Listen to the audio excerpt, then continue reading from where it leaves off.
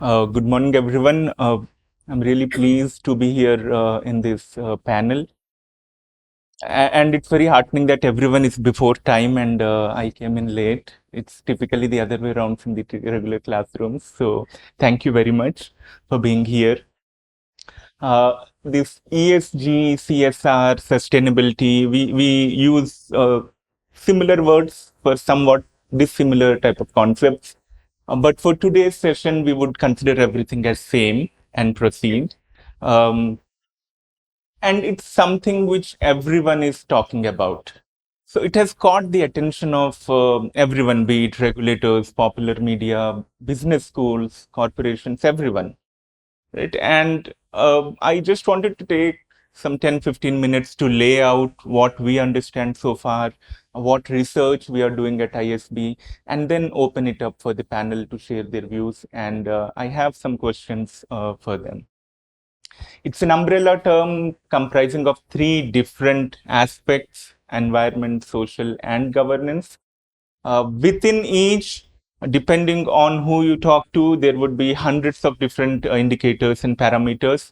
And at the end of the day, I mean, if we want to concise it, we are looking for companies to do something non-financial in nature also, to have certain impact on the society around them, the various stakeholders also. The expectation is not only companies should make profits and do financially well, they should also do good socially. That's the expectation that we are living in today. Right. So where does the role of regulation comes into it is a big question, and that's the topic for today. So far, the understanding is this CSR or ESG is something voluntarily.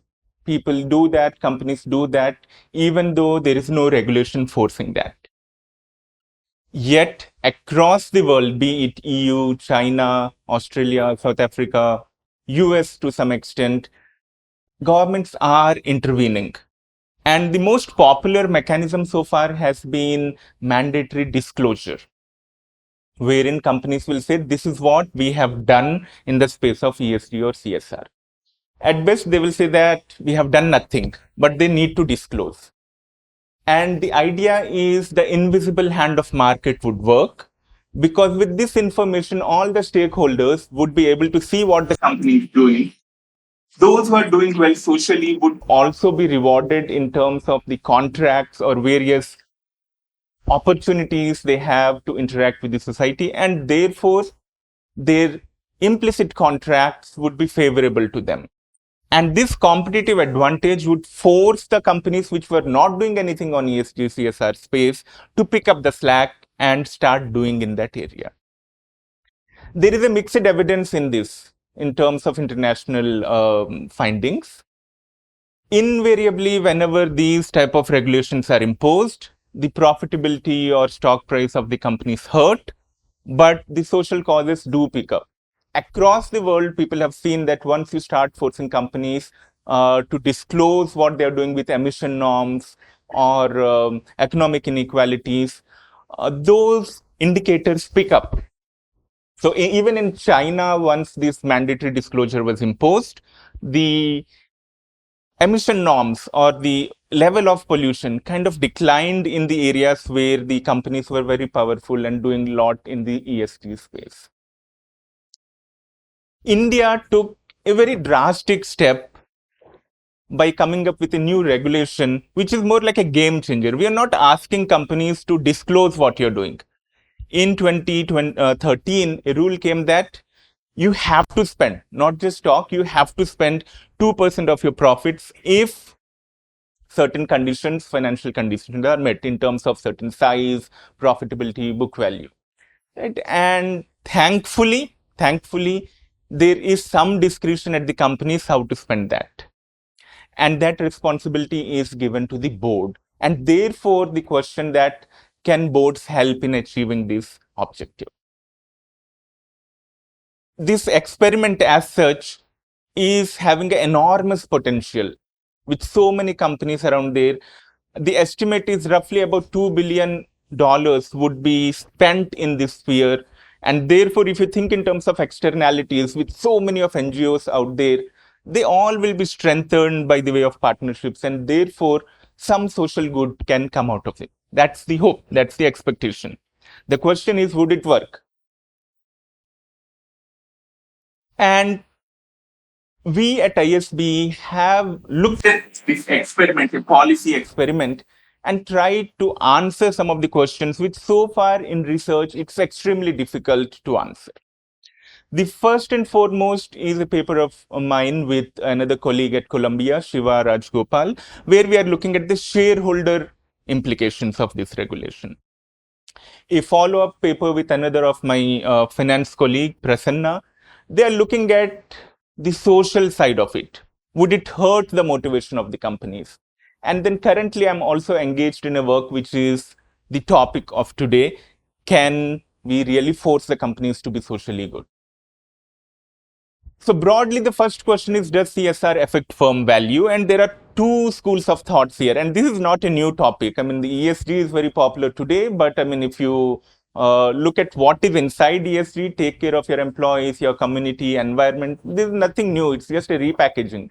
Right? Way back in 70s also, the Nobel laureate Milton Friedman said that the social responsibility of the business is to make profits. Make profits, give dividends, give the money to shareholders, and they'll decide what they want to do. We as businesses don't need to do it for them. On top of that, from voluntary disclosure, from voluntary CSR, if once we move to mandatory, it creates a lot more problems. There is a pressure on companies to pick up stuff which government likes. There could be threat that the government might further impose more conditions. Various interest groups might put more lobbying effort on that. And at the end of the day, none of the companies are also trained in doing this. So the implementation would also take a lot of effort. You need to have that in-house department. At the end of the day, when you're spending a lot of money, you want to do it in a right way. And that requires certain preparation also.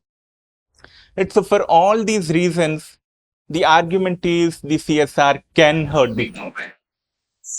On the other side, since 80s itself, people have been advocating this stakeholder theory, wherein companies should look at the interests of everyone who is associated with them or everyone who is affected by them.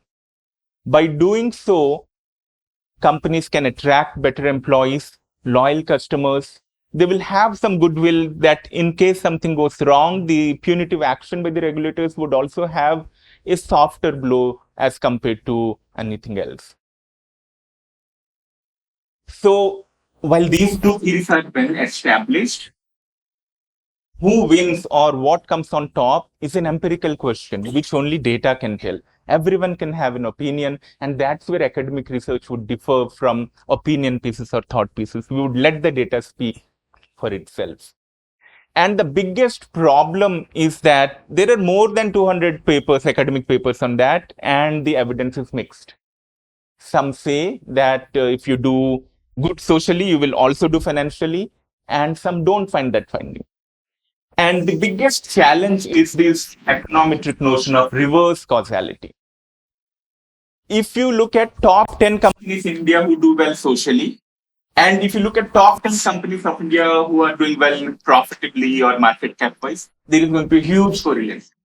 So is it the availability of resources and profitability that is driving CSR? Or is it the other way around that those who are doing socially well are being rewarded and therefore well? And it's like a chicken and egg story which cannot be broken down. And that's where our research comes in, and that's where this entire identification comes in. An experiment where you're saying that if you make 5 crore, you spend on CSR, otherwise don't. So that gives us an excellent experimental setting. If you pick a company who is making 4.9 crore profit and another company which is doing 5.1 crore profit, we can argue that both are inherently similar. There is not much to choose between them, except for the fact that one is forced to spend, other is not. Right? And therefore, if you look at the outcomes, how the stock market reacts to the news that they are spending or forced to spend, that will give us an idea that on the whole, would stock market appreciate these things or not? And our findings, not surprisingly, is that when these bills were being debated in the parliament, we identify some event dates where the probability of this legislation passing increases. Around those days, the stock market reacted negatively for the affected firms, which led us to conclude that this ESG or CSR is a social burden on companies' shareholder. This helped us kind of settle a very long lasting debate that what is the impact of this ESG on the financial performance or the stock market performance of the companies. But if you look at the intent of the intent of regulation is not to increase the stock price or anything. It is to improve the social impact. And therefore, we had to move forward with next set of studies to look at the big picture, because why the regulation was introduced was not for financial reasons, for societal reasons. So were those objectives met? And the fundamental critique is, how can you make something mandatory when it is voluntary in nature? Even worse, for political flavors, you can donate to a pet project of whichever government is ruling. A more sophisticated view is those who really want to do something good. Now you are forcing.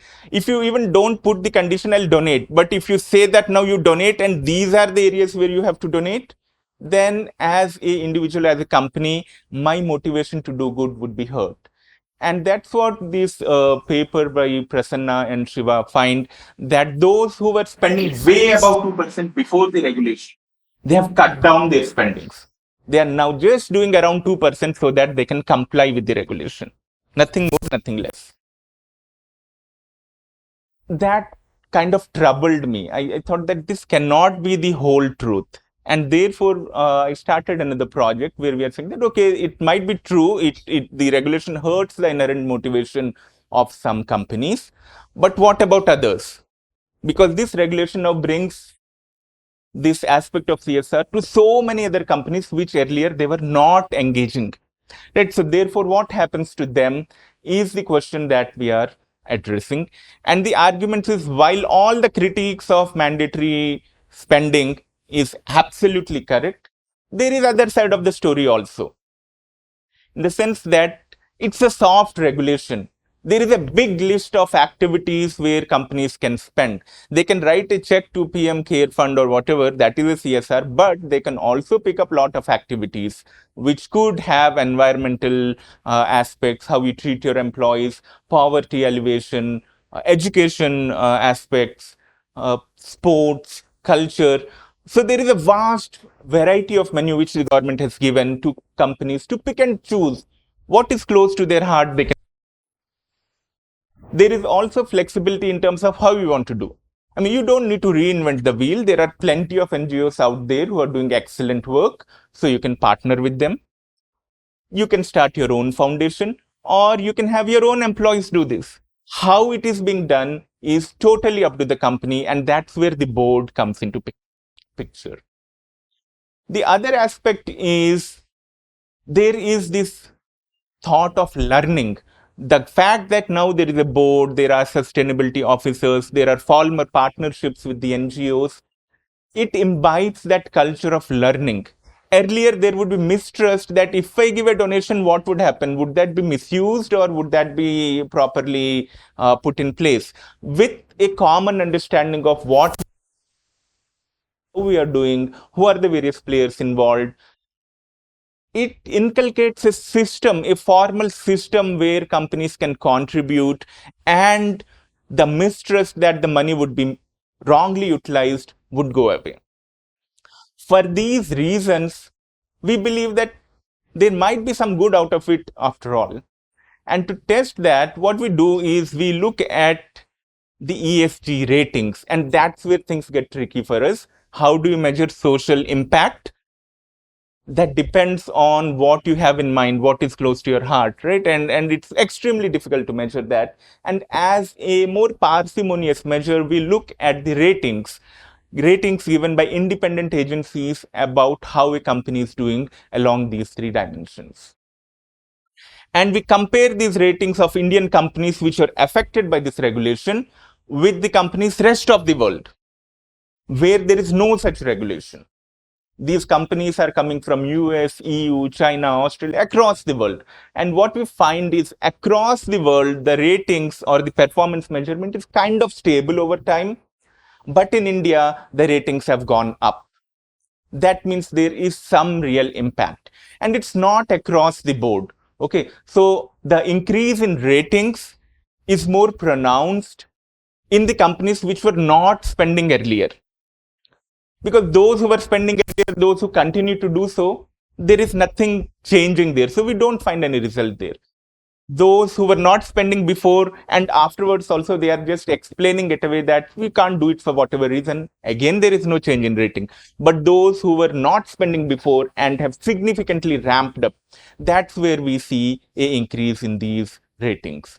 We also find that if a company is doing this CSR via some opaque trusts, that's where there is no increase in ratings. But if they are partnering with established NGOs or they are doing it directly, that's where we see some improvement in ratings. And finally, we do find that whichever companies have engaged ESG experts as their board members, that's where we see a more impact. So, to sum it up, can firms be forced to be socially responsible? Partly yes, partly no, is what our research indicates. It depends. The context matters. What measures we are using to capture the outcome, that matters. The granularity of data matters, right? So, just a broad stroke statement saying that it works or it doesn't work, that's not the way we would want to think about this process. There is some good, yes, there are some limitations, is what we find. So that's from the academic side of this topic. And we would now solicit views from our panelists. Given that this ESG is at the peak of its popularity and the expectations are changing that companies should do financially well as contribute in this sphere, is this goal realistic? What are some of the challenges? What's the role of the board in all these? These are some thoughts we want to learn from our esteemed panelists. And what I would do is I would first invite all three of my panel members, Deepak, Nixon, and Ratna, to provide their opening remarks. And then we would follow it up with some questions which will probe deeper into these areas. So I'll invite my panelists. Who do you want to go first? Anyone? I mean, whoever wants to have a first shot. Okay, so first of all, thank you so much. This is working? Yeah. First of all, thank you so much to ISB and for inviting me to your first Insights Forum. I think that's a privilege and I feel honored. To take off, you've listed a whole host of facts, including the fact that the legislative mandate for CSR, the fact that ratings have gone up for those companies that haven't done CSR in the past, but post the mandate they have started implementing because their arms were gently twisted. Then, the issue about trust, the trust deficit between agencies, the corporate India basically, that has to do this kind of spending, and the NGOs that are doing this. So rather than go into the whole plethora, I think I just touch on these three things. Now, firstly, I think having a mandate for CSR spending is a double-edged sword. Yes, it's good because it's meant for development, it's meant for societal good and a whole host of things. But let's not forget the fact that what ends up happening is driven by, the reality of company interest, shareholder interest, stakeholder interest. And when I say stakeholder, I mean the larger polity and other such interests. So although it is a noble mandate, what drives it may not really come from a place of similar nobility. That's one. Secondly, in terms of having to spend, is what is the reason that has spawned so many foundations, and that underlies the fact that there is an inherent distrust that not-for-profit organizations, NGOs, particularly the smaller ones who work at the ground level, the big ones are okay, they have their processes in place, they have all their finance and HR and all the other stuff in place, so you don't mind dealing with them, because they have capacity to deliver to what you want them to report on. But the ones who do the real hard work at the ground level are not the ones who are being funded directly in any way, because you are concerned that they may not be able to do it in the way that you want them to do it, but also not making the effort to build their capacity to be able to do so, right? The easier option is to run your own foundation, or to give it to well-recognized agencies, which forms a clique of sorts. So it's like, you know me, I know you, so let's do this together. And so I'm not sure how it lends itself to strengthening civil society, which is what inherently it was meant to do. Thirdly, as far as the increase in ratings is concerned, it's like you're being penalized for having done this earlier. So because you've done this earlier, guys, hey, what's the big deal? But you haven't done it, well done, now you're going up the rank. So I'm not sure that's even comparator for looking at performance in terms of ratings. So it isn't something that I would hold a great deal of store by. So for me, mandating CSR, whereas it comes from a good place, where it heads is driven by several nuanced layers of who is in it for what, right? And that is what we need to step back and look at when we look at a subject like this. And like I keep saying, ESG is flavor of the month, right? We've had millions of COPs. What happens post them? And for me, the irony is, at every COP, you have thousands of people coming in from all across the world, flying in, using, transport, living in hotels with hot water and air conditioning. And then we talk about carbon emissions. So yes, thank you. Thank you. Okay. So at the outset, I thank ISB for this invite. I'm highly honored. As regards mandatory CSR, as the moderator already told, it's a contradiction. But then what these actors helped facilitate is that corporates have come to know that they have to adopt sustainable practices, they have to be inclusive, and they should be socially responsible. So this is a result of this mandatory CSR. I will not tell that because of this CSR mandate, companies have suddenly become socially responsible. It's like we are having Dowry Prohibition Act and all. Still dowry continues. So this cannot make any corporate immediately socially responsible. Government regulation, consumer demand, investor pressure, all these are ways in which companies can become socially responsible, and here we have made a mandatory CSR. Of course, from being a philanthropy item or not a board item, now it has become a board item, and board has been made responsible for implementing CSR. But what I find is it's evolving in India, and therefore most of the projects which we are funding or implementing are only resulting in the 2% being spent. Most of the activities we don't study about what change this CSR is effecting. I'll just share one experience. Once a corporate had told that government schools are not having drinking water facility. So the board was telling, hey, government we should do CSR, why don't we divert CSR funds there? And immediately all the branches were told, you give aquaguard facility to all the government schools. Within a month, we don't know what has happened. Many of the schools didn't know what to do with this. Water, even supply of water was not there. Aquaguard maintenance was not happening. Electricity was not there. what happened was that everyone was happy, even at the board level, that we have supplied thousands of aquaguards to government schools. Photo ops were there, optics was very nice. Everyone was happy that this CSR money was spent. So now if you ask what has happened to this, the answer is no one will be able to give a proper information on what has happened to these equipments.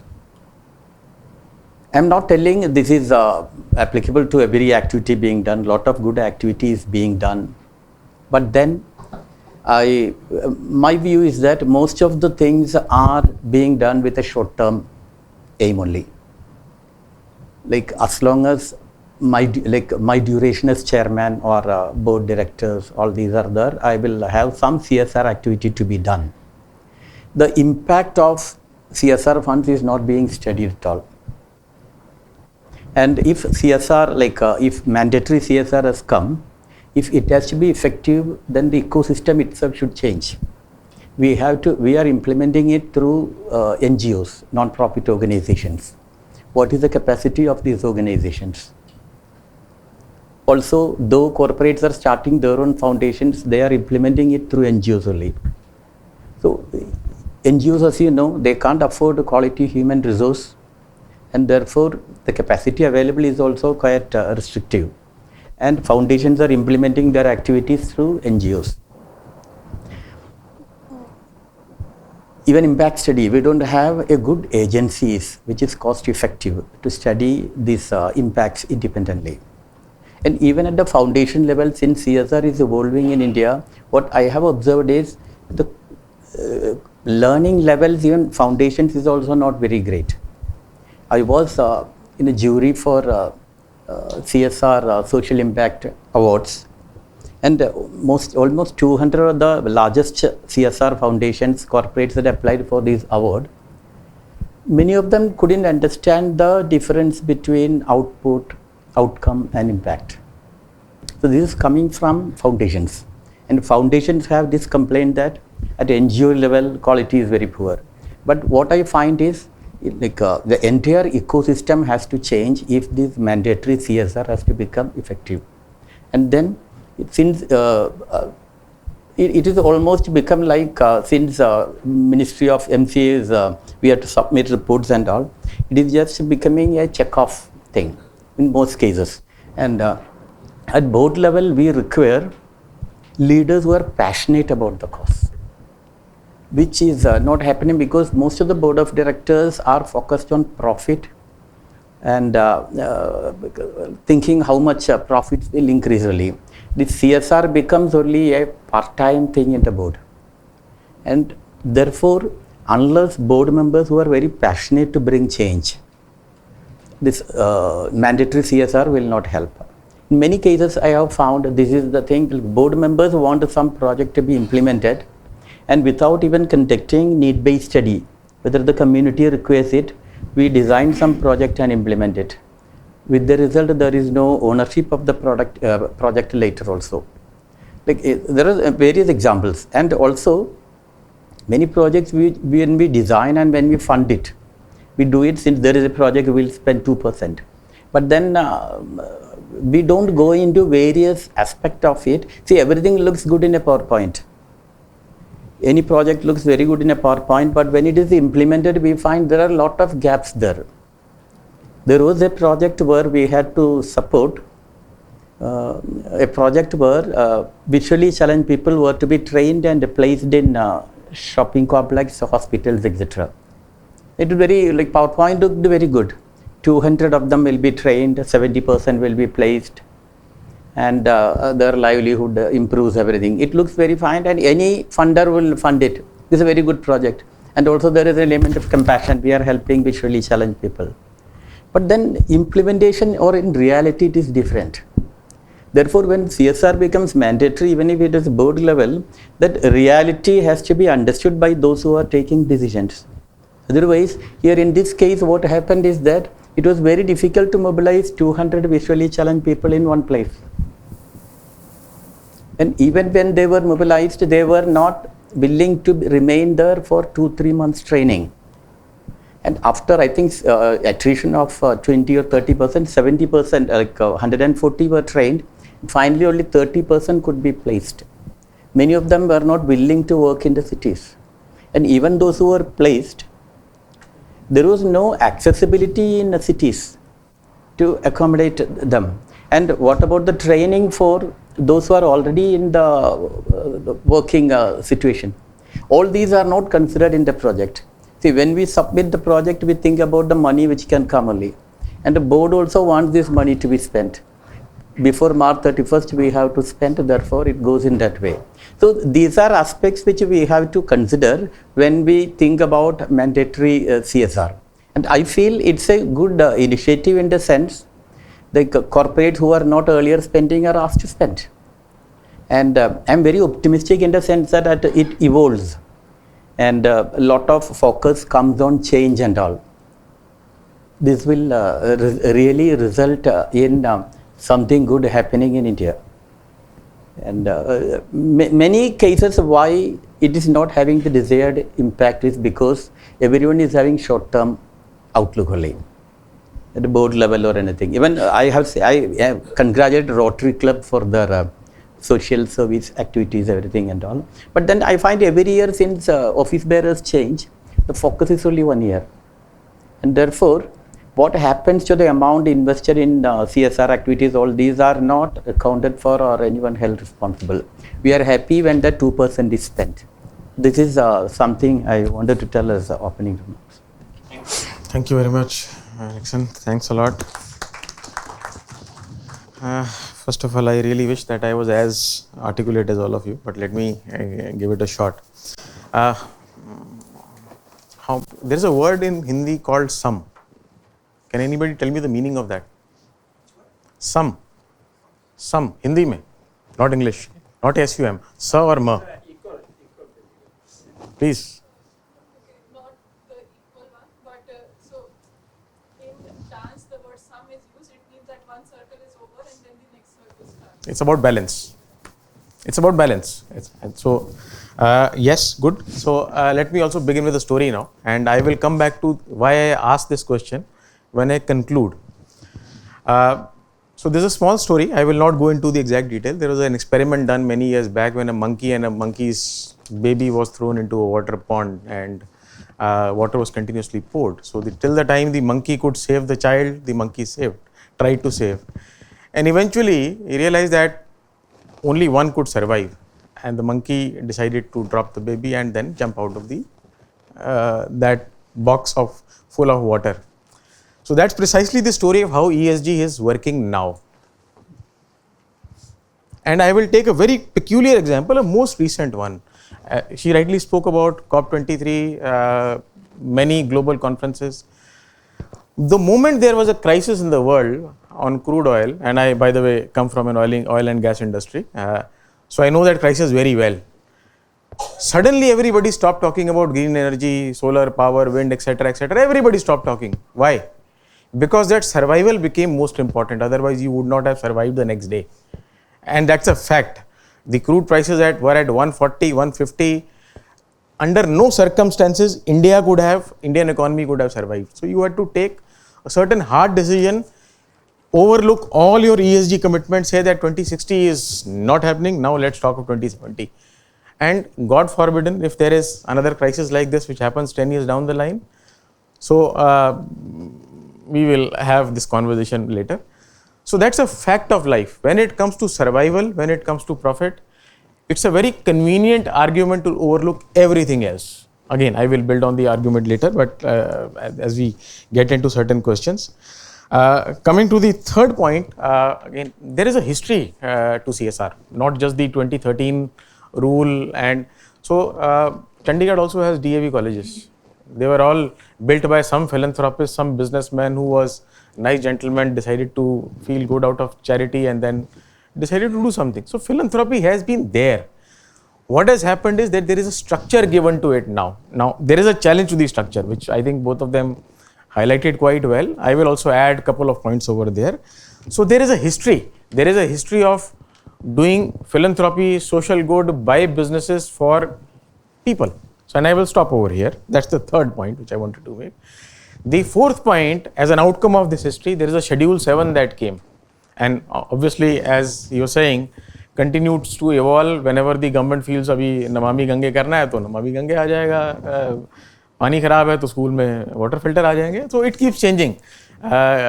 New governments, new bosses, new directors, everybody will have their own opinion and it will continue to evolve. So that's a fact of life. But again, you just turn the wheels exactly 100 years from now, 1919, when the ILO was formed. So you look at ILO's charter, look at Schedule 7, look at the priority of the government of India, look at the social priorities of any of the governments in the world. Everybody talks about social. Everybody talks about human good, human welfare, health, education, etc., etc. So what has changed? It has essentially said that now let the corporate sector formally give me a helping hand. So as he rightly said, one step forward. Good or bad, we will come to that conclusion much later. But that's the fourth point which I wanted to make. Fifth point, ESG versus CSR. You highlighted lots and lots of paradoxes. Two simple examples. ESG is you confine to your four walls, whatever you want to do within that, improve any efficiency, reduce emissions, reduce water footprint, all that is ESG. Anything that is outside the wall which doesn't impact your business is clearly CSR. So that's a basic distinction. And let's stick to that. Let's not get into too much complicated arguments because there is an argument to everything and we can spend full day on that. So within this, again, one more point which I wanted to make on CSR over here. You look at the websites of different companies in the world, and I take one example of, let's say, a car company based in Germany. You talk to them about CSR. Will they ever talk about doing education, giving water filters in Germany as a part of their CSR? They will never do it. But you look at India, they will do it because our reality is different from their reality. So that was the fifth point which I wanted to make. Sixth point, we spoke about governance. Two railway tracks never meet. Governance as understood under the Companies Act with the kind of stringent regulations that everybody has, with the kind of adherence which the board has to follow, as rightly said and repeated by all, board does not understand the basic characteristic of an NGO, how it works, because they've never done it. Nobody has gone to the field, soiled their hands, been to a poor man's house, ever tasted the water, ever tasted how food looks like, other than politicians who once in a while do it for fancy things, but nobody does it. So that's a reality of life, right? So for us to expect that suddenly, just because they are charitable, they will understand and they will appreciate whatever is happening, it requires far more effort than that. So there is a gap definitely over there. And let me also add one more piece over here, and I will take the example of all of us in this room. I have done my management not from as illustrious school as ISB, a very small one. But then the fact of life is, if I look at my own career, I am now 52. Am I absolutely sure that I'll be employed for the next 5 years, 6 years, 10 years with my qualification, with my background, my pedigree, working in the top 20 companies of India? I'm not sure. So why do we expect that a 6-month training program given to a villager, he will be now sustainable, successful for his life? So I think we are being stupid over there. So I will keep raising arguments and I will keep provoking you so that you ask more and more questions. Then one question which you had raised was about choice of activities. Human rights, child rights is a very fancy word which social sector understands very clearly. I have worked in the UN for 9 years, so I understand that fairly well. And corporate sector doesn't understand. Rights is not a word. Rights means activism. So whenever you are an activist, I don't want to see your face. It's clearly that. So my governance metrics, your governance metrics, your priority, my priority is different. I have seen numerous examples where a corporate sector CEO became the CEO of an NGO. But have you seen any reverse example? None. If that happens, I will be the happiest person. But it is not happening. So again, provoking lots of thoughts. Question of ratings and evaluation. There are clearly laid metrics. You can evaluate any project, success, failure. But the moment you try to do it for 3 years, 4 years, 5 years, I cannot have even a single person from the villages around my area come to ISB. unless I decide to support for 20 years. The law says 3 years, maybe one more relaxation, but let's stop at that. So I will have to leave it over there. Beyond that, I can't think of supporting that person. So there are challenges that we also realize. I spoke about impact. Okay. Yeah, okay. So coming to my concluding remark, why did I speak about sum? Everything is required in balance. Profits required in balance. If you don't have profits, how do you spend money on CSR? If you don't understand CSR or at least don't appreciate bit of it, you will not be doing justice to your investment. And that is one idea of not doing justice to the money that you spend is something where every board is very risk averse. So you have to sometimes bolster their ego and you tell them you don't know enough. You are, okay, maybe stupid. So you will get probably little more encouragement to do things. So everything happens in balance. Your CSR activities need to happen in balance. Your social sector engagement needs to happen in a balance. As a corporate entity, you need to understand the social dimension of imbalance. Will my ESG being compliant or being better result in better profitability? Answer is mixed. There are plenty of people who are in this room who come from financial background, and now everybody has been talking of impact bonds, everything. Now, who's bringing in that impact? It is the social sector eventually which will bring in that impact. But NGOs capability नहीं है.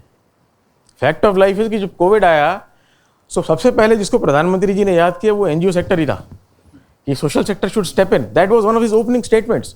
So that means that the capability of the social sector is recognized very well and appreciated very well.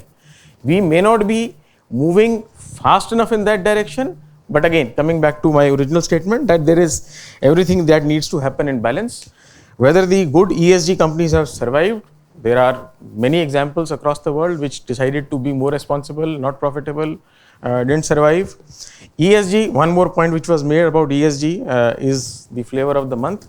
I have been in this profession for more than 2 decades now, and this is the third cycle of flavor that I am seeing in the last 20 years of ESG. I will conclude over here. Thank you very much. So, in the interests of time, maybe I'll just have 1 or 2 follow-up questions with you because all 3 of you have spoken excellently and covered a lot of stuff which I wanted to ask. And then I will leave the floor open to the audience. My question is, while we are still grappling with this mandatory CSR requirement, there is another regulation on the horizon which is about the business responsibility and sustainability reporting. It's a daunting 35-page report with more than 150 questions in it, capturing hundreds of indicators. And sooner or later, it will also be forced to be audited. So how prepared are this? I mean, are we going for an overkill? And that's one side of it. The other side is because real money is being committed in these causes, we need to be sure that this money is being utilized properly. So therefore, it is necessary. How do you view these 2 different ideas? So can I go first? Yeah. Okay. So I think there's a dichotomy here, and I'll tell you why. Because you see, your CSR spending currently, line of vision is 1 year, right? The moment I, as a corporate, because I sit on corporate board CSR committees, and this is why I'm saying this. The moment I give money to an agency, as far as MCA is concerned, I have fulfilled my CSR mandate, right? When I was at UNDP, we actually worked with MCA, and which is why now you have the wherewithal that money can be kept aside for 3 years, because we said there's so much money there, it has to be spent. There is no line of vision or there's no line of sight on where it's going. I, as a corporate, the moment I give an NGO my money, I have finished my mandate. Now, where the NGO is using it, where is the impact, is not being, looked at by MCA. And so I think the dichotomy in the CSR Act is, on the one hand, you want agencies to do CSR spending, but at the other hand, you're not really looking at report. And I think that's where SEBI decided, oh, there's so much money here. Now let's see what they're doing with it. So these 2 agencies need to talk to each other as well, right? So SEBI can't get up one day and say BSR, I mean business social responsibility report banao. Half the agencies, and since I work with some of them, don't really know what to do with it, right? Which is where your tick boxing comes in कि 250 page है, किसी को बिठा दो, वो पूछ लेगा, कर लेगा, you know. So where is the, I mean, you put in place, you know, structures, you all with good intent, not doubting intent, but unless agencies of government mandating these various, you know, layers and foundations that they put in place, unless they all talk to each other, if you're seriously looking at driving impact, if you're seriously looking at measuring impact, it's not really going to happen very soon, right? But what it ends up doing is putting a burden on corporate entities who think that why am I being saddled with this? And like I think what Deepak said, unless, you know, if you've seen globally, who are the most efficient corporate entities? Those with very deep pockets, right? Because the deep pockets can then finance social responsibility because it's not really going to hit my bottom line at a point, and so I can afford the luxury of it, number one. Number two, the moment you start talking about, you know, responsible consumption, your prices go up of those commodities that are being responsibly, you know, produced. Then who ends up using them? Not the world at large, it's people who can afford it. So then again, it becomes a rarefied kind of, you know, thing. So I think there are a lot of things that are done in isolation. And whether it's globally or here, for instance, China, it's judicially mandated. People are terrified, which is why they're doing it, right? At least here, it's a legislation. So I think you need to look at it, step back, look at all the floating pieces, and then try to make some sense of it. And unless, I think what misses in everything that social responsibility is looking at is how. The biggest question is how. And unless you're able to answer the how of things, it'll just be like this. There'll be newer things coming. Each government will bring in their version of what they think is important. And I think unless all of these legislations and acts and reports start talking to each other, reduce the burden on corporate India, make it more, you know, viable for them to actually report because they want to report, we will be floating like this for the next God knows how many decades. I agree with whatever Ms. Ratna has told. By bringing out this social responsibility, business social responsibility report, etc., or various reports to NCA, I think the intention is that they want to see that things are complied with. Whatever regulations have been told about CSR or ESG and all are complied with in that way. The intention is good, but then this 50-40 pages report and all, finally it goes into a checkbox thing only. It becomes more compliance oriented than really bringing social change. So I also believe that the social sector change is sector itself is very complex. Change to be brought about is again, it takes lot of so many years and all. It cannot be brought within 3 years and all. Like even village development programs, there are many foundations which have it for 2 years, 3 years and all. What happens to the money invested after 2 years? And whether 2 years, 3 years is enough to make that village development project sustainable. These are not captured in the reports. Report captures only whether this much money has been done, which sector you have invested, etc. So these are loopholes in the reporting format or reporting structure and all. But as a like a government, from the government side, I think such reporting it's fair on their side to ask. But then the change to be made, I think we have to, like from the corporate level, corporate side or who are implementing, all they have to think about the change, what change I am going to make, and whether we will make that change. So it requires like a lot of interaction with the corporate, with the implementing agency, etc., to see that the real change is happening. Now we give the amount to the NGO and then we entrust it to the NGO for implementing. And the corporate is happy because they can submit the report properly. But then here only, unless this becomes a mainstream thing.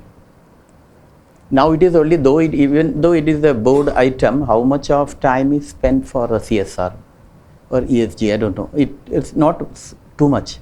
Even I find even like MBA curriculum also, CSR, ethics, corporate governance, all these are included. But then how much of marks or how much of percentage we are giving to this? That is also to be taught. Like MBA finance we have, MBA HR. But whether we are having MBA CSR, no, that is not there. The main stream is HR, finance, marketing, all these. So CSR, ethics, governance, all these are in the background, though we tell that these are very important. So like what government wants to, or SEBI wants to tell is ESG, social responsibility is very, very important, it is relevant. But then we have not captured it that much. And this reporting also, over a period of time, I hope that the change which is being made also will be captured. Thank you very much. I think completely agree with both of you. Just a couple of lines, thoughts over here. Those who belong to my generation will remember a very famous ad, "Bhala uski saadi, meri saadi se safed kaise." So MCA comes up with something and SEBI says, "Oh, now it is my chance." SEBI comes up with something and MCA will say, "Oh, now it is my chance." And you will see things keep changing. Now, the paradox over here is, for every single change that you need to make in your annual CSR plan, you need to go to the board. And public sectors generally leave it slightly open. Private sectors give financial approvals line item wise. And supposing at the middle of the year, there is a cyclone and the government says, okay, now you can support cyclone. How do you do it? You can't do it. So while completely agree that yes, getting in a structure of reporting is fine because it puts some thought into you. At least it tells you that at the end of the year that, oh, this is where I was good, this is where I was not good. The bigger challenge when you're doing social activities is how do you really be adaptable to crisis-like situations. That flexibility is sometimes not there. So I think the appreciation required by both SEBI and MCA is on this flexibility part of it, that social sector things do not work in boxes, on straight lines, on mechanics, on just simple board approvals, on mechanical linear line based activities. It doesn't work like that. So that's the limited point that I wanted to make over here. Rest, I think everything else has been stated quite well by both of them. Thank you.